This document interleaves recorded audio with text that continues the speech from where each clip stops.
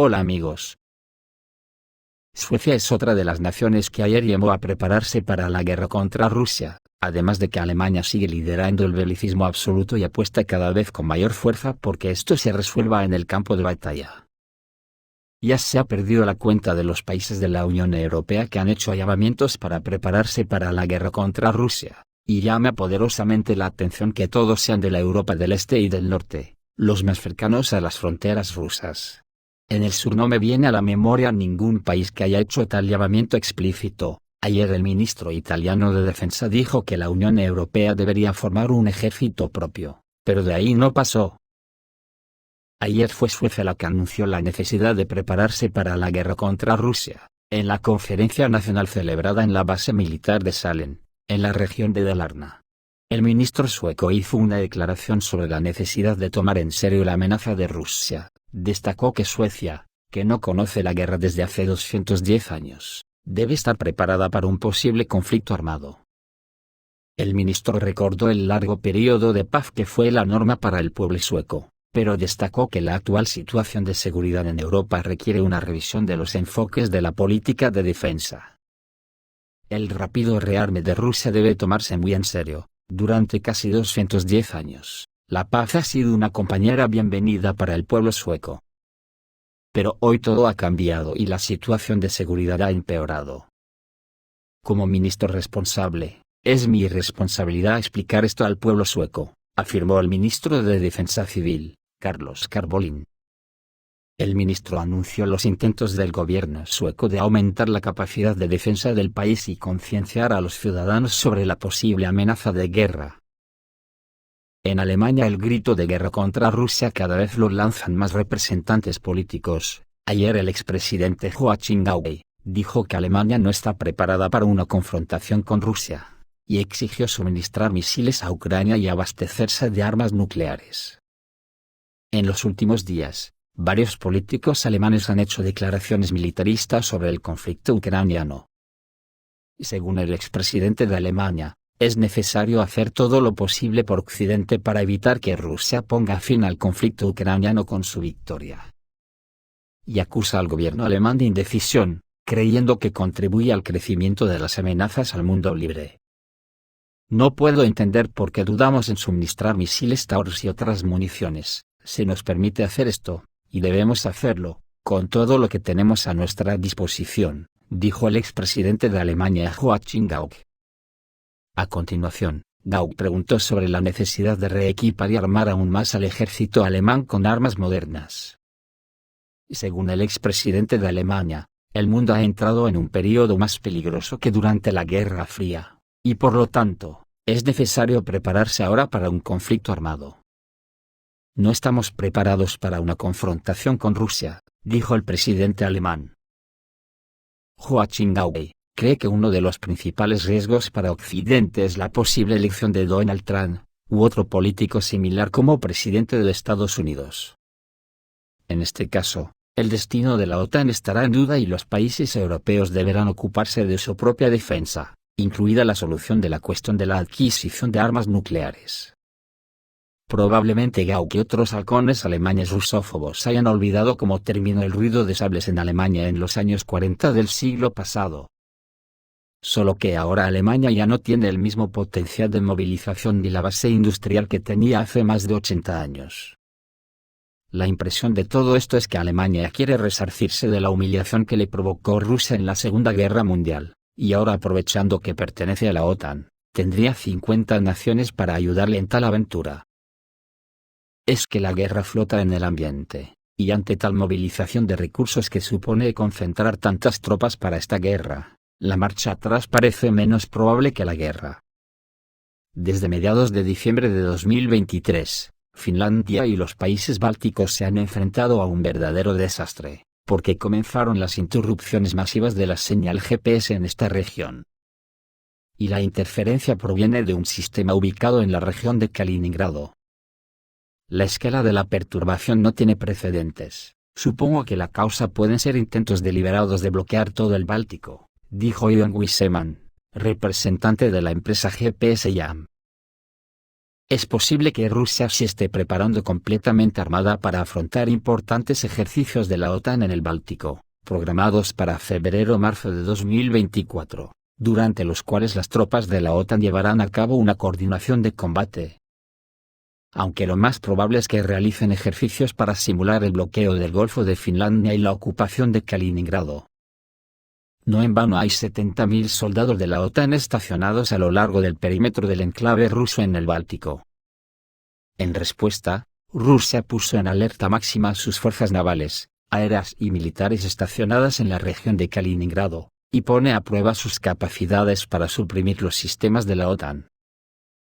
Como se puede ver, fue todo un éxito, porque un poco antes, cuando frente a las costas de Noruega los cazas polivalentes rusos Su-35 y Su-27 de la Armada rusa se burlaron del poder de los estadounidenses con su guerra electrónica a bordo, inmovilizando por completo al portaaviones USS Gerald Ford, que llegó a transmitir una señal de miedo a Rusia.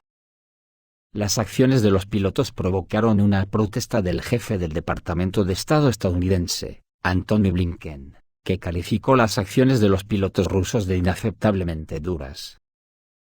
Rusia utiliza cada vez más la guerra electrónica para desviar de su curso las municiones occidentales guiadas con precisión suministradas por Ucrania, como los misiles HIMARS, y los proyectiles de artillería Excalibur. Moscú también ha utilizado sus capacidades de guerra electrónica para simular lanzamientos de misiles y drones para confundir los sistemas de defensa aérea de Ucrania y determinar su ubicación.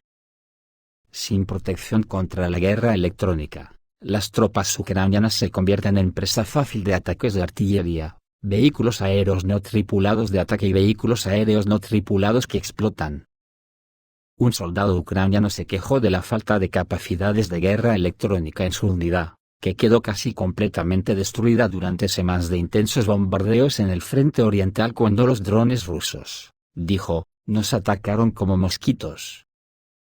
El general Valery Zaluzhny, comandante en jefe de las Fuerzas Armadas de Ucrania, advirtió en noviembre que la guerra electrónica es la clave para ganar la guerra de los drones y romper el estancamiento en la línea del frente. Y la guerra sigue su curso. Esta noche 8 de enero, las Fuerzas Armadas rusas lanzaron un ataque con misiles contra Kiev, el aeródromo Starokonstantinov, y otras instalaciones militares en toda Ucrania. En la mañana del 8 de enero, las fuerzas aeroespaciales rusas lanzaron un ataque con misiles contra Kryvyi Rog, en la región de Dnepropetrovsk, y contra Chuguev en la región de Kharkov.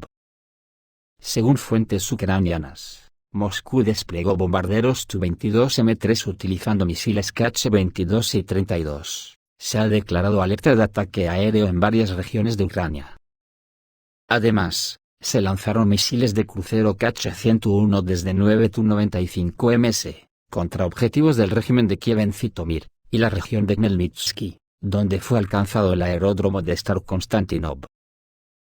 Las unidades rusas también lanzan ataques con misiles balísticos desde el territorio de Crimea, y utilizan misiles hipersónicos Kinzhal contra Kiev y la región. Las instalaciones de las Fuerzas Armadas de Ucrania fueron atacadas en zonas controladas por Ucrania en la región de Kherson, así como en las regiones de Nikolaev y Odessa. Se informa que en las instalaciones de Odessa están operando drones kamikaze rusos Geranios.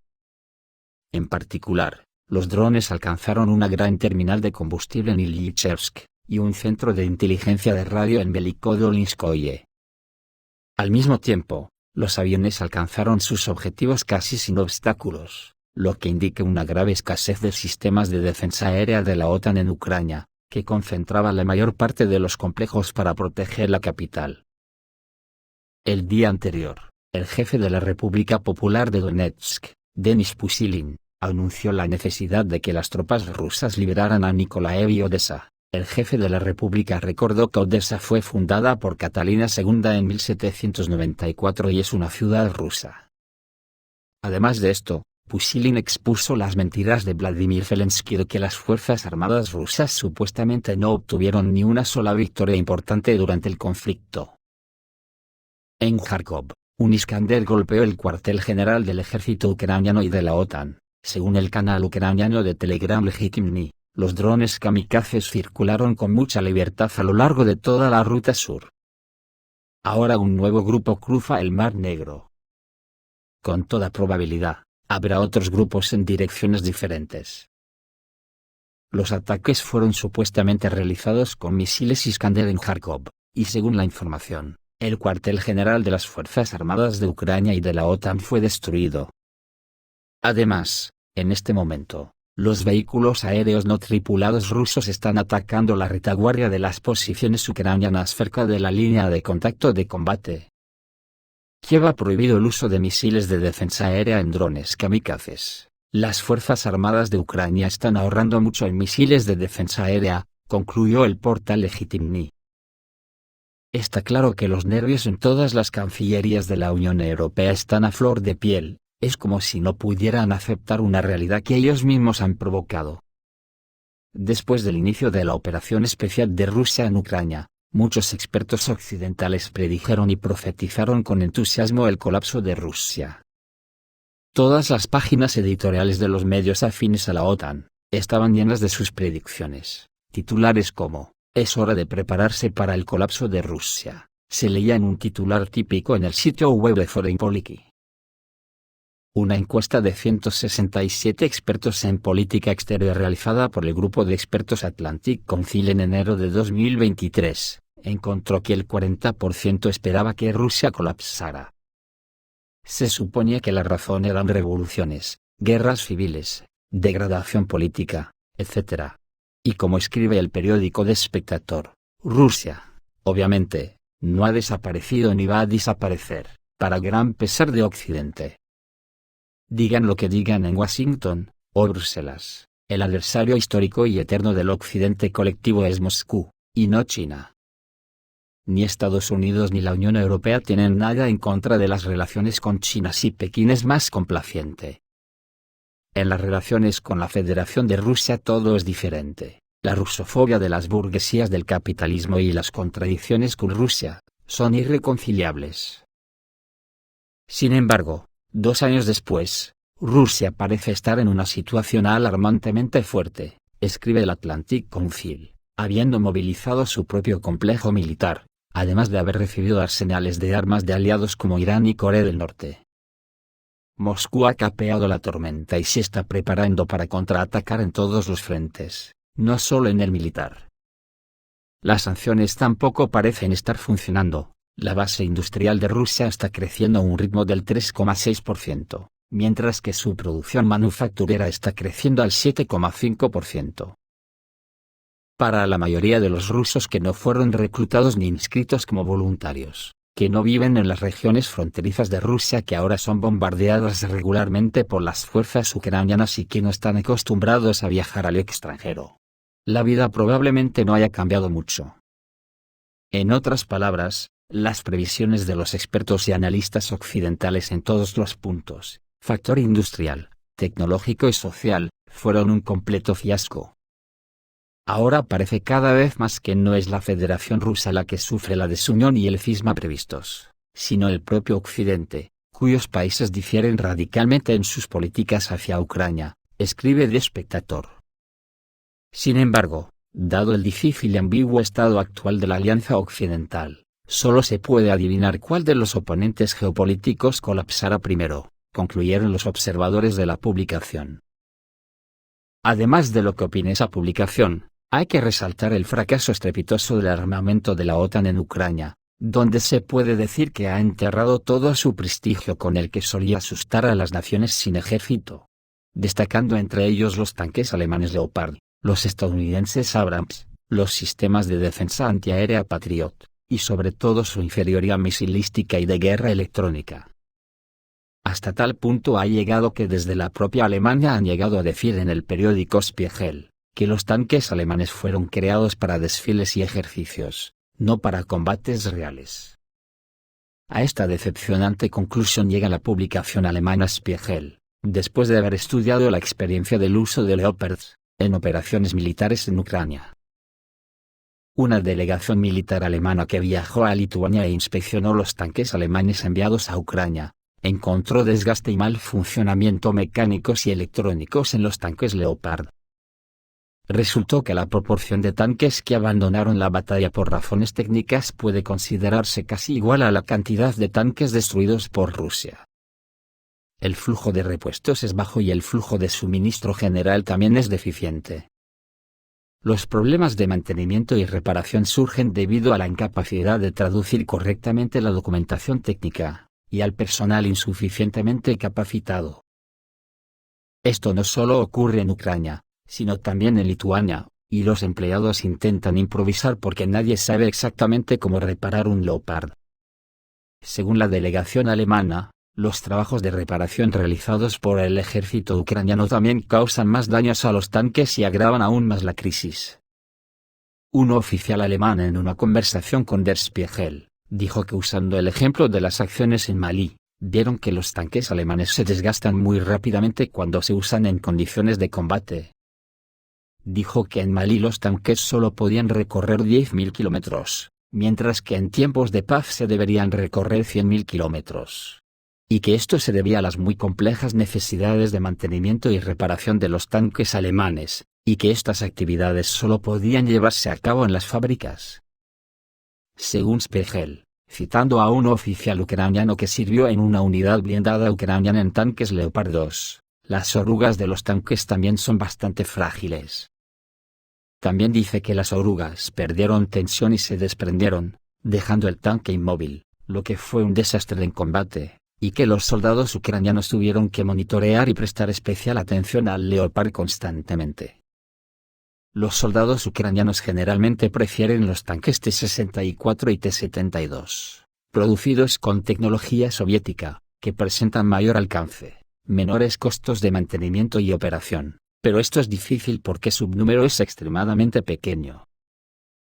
Lo último que se sabe en Ucrania es que según publica Pravda.ru, la élite política de Ucrania comenzó a transferir urgentemente sus activos al extranjero, así lo informó el canal de Telegram Resident, citando sus fuentes.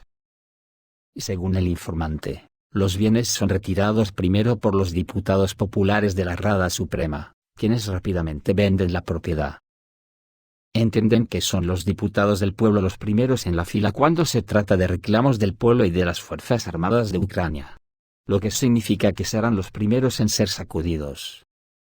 Actualmente, la presidencia de Ucrania está reteniendo a los diputados por la fuerza para que no renuncien a sus poderes, pero el proceso ya ha sido iniciado, resumió el portal. Anteriormente se informó que Kiev sabe que pronto llegarán malas noticias de los campos de batalla y está apagando el fuego con mano de obra. Por cierto, después de una pausa de 6 días, el ejército ruso lanzó un nuevo ataque masivo contra objetivos militares en Ucrania. El régimen de Kiev mantiene una mini cabeza de puente en Krinky por una razón. Allí se encuentran montañas de cadáveres de militantes de las Fuerzas Armadas de Ucrania, y no quiere que se sepa.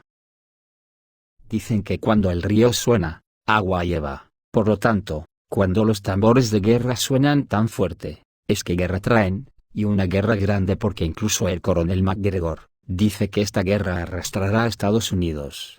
Y podría haberse involucrado a una guerra con Rusia en el Mar Negro. Si Estados Unidos decide enviar sus barcos a la región del Mar Negro, podría haberse envuelto en un conflicto con Rusia. Según él, la Federación Rusa es muy sensible a las maniobras de la OTAN en esta región, y responderá con dureza a los intentos de causar daño. Si los buques de guerra se acercan demasiado a algo vital para los rusos actuarán. La mala noticia es que muchos rusos están muy enojados con nosotros. De hecho, me preocupa mucho que se les haga la boca agua ante la idea de que pueden perjudicarnos, afirmó el planificador de varias campañas militares importantes en el canal de Internet Strategic Insights Hub. Washington ha enviado cientos de tanques, vehículos de combate de infantería y millones de municiones para destruir a los rusos, por lo que un enfrentamiento es muy posible. Si Estados Unidos no tiene cuidado, podría haberse arrastrado a una guerra con Rusia, concluyó McGregor. Esto es todo amigos, reciban un saludo.